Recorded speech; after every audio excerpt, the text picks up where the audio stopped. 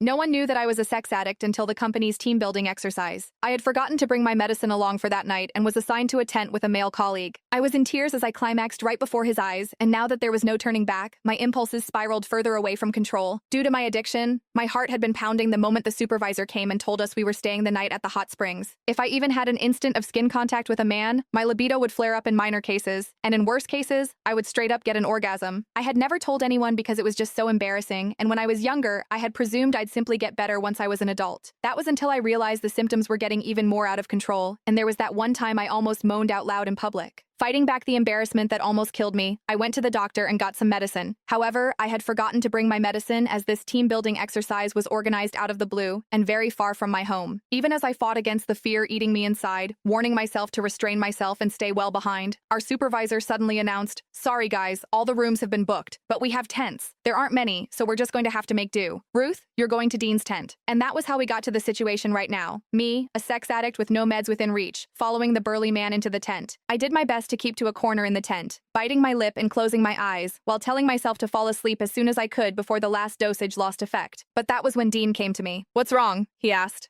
I could feel his body warmth from my back, and my skin was already crawling. "Nothing. I'm fine. Please, just stay away from me." But even as the stimulation extended from my skin to the rest of my body, I knew the pain was coming. I checked my phone and only saw that it was midnight, 6 hours since I had last taken my pills. It was losing effect soon.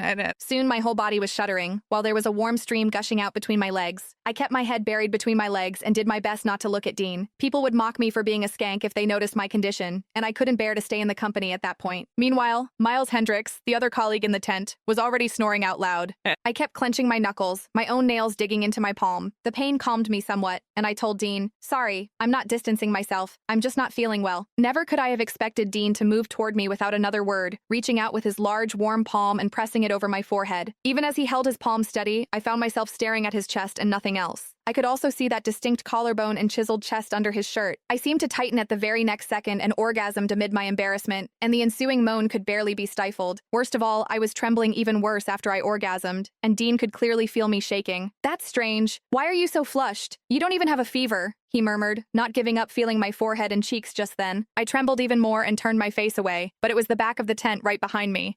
Having nowhere else to go, I clenched my jaw so I wouldn't moan again, even as I decided I couldn't stay in this sealed room when all I could smell was Dean. He wasn't a smoker, so his faint soapy and hormonal scent was especially recognizable. I could feel all the pores around my opening as the orgasm left me painfully sensitive to everything. In the heat of the moment, I pushed Dean away and sent him stumbling backward, while I scrambled to crawl out of my tent, not caring that my skirt was short, exposing my wet panties right in front of his eyes.